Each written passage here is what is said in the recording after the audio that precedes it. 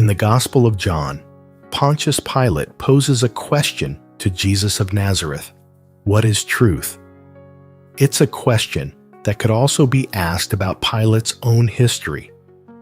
From the perspective of the New Testament of the Christian Bible, the Roman governor of Judea was a wavering judge who initially exonerated Jesus before bending to the will of the crowd and condemning him to death.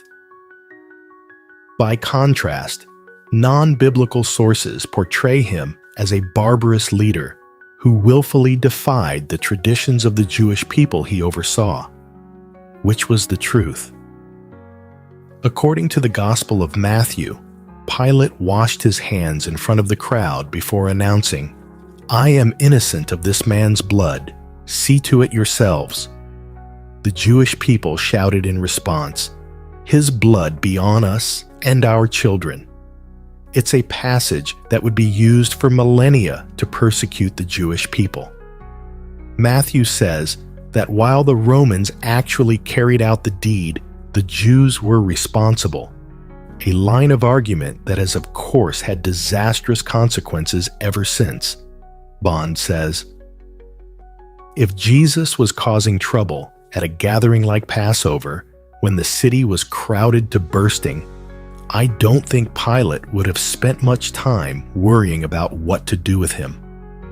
It was entirely up to the governor as to how he dealt with the case. And after hearing the evidence, he no doubt thought that getting rid of Jesus was the best course of action. Another element of the New Testament story, still unsupported by historical evidence, is Pilate's offer to commute the death sentence of a criminal by popular vote, which according to the Gospel writers was an annual Passover tradition. In the Gospels, the crowd chose the criminal Barabbas over Jesus.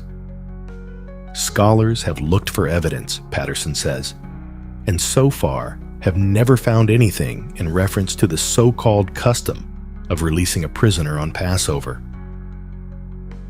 According to Josephus and the Roman historian Tacitus, Pilate was removed from office and sent back to Rome after using excessive force to disperse a suspected Samaritan insurrection. Once in Rome, Pilate vanished from the historical record. According to some traditions, he was executed by the Emperor Caligula or committed suicide, with his body thrown into the Tiber River. The early Christian author Tertullian even claimed that Pilate became a follower of Jesus and tried to convert the emperor to Christianity. In 1961, archaeologists in Caesarea discovered hard evidence of Pilate's existence. A fragment of a carved stone with Pilate's name and title inscribed in Latin was found face down, being used as a step in an ancient theater. It's likely the Pilate stone originally served as a dedication plaque for another structure.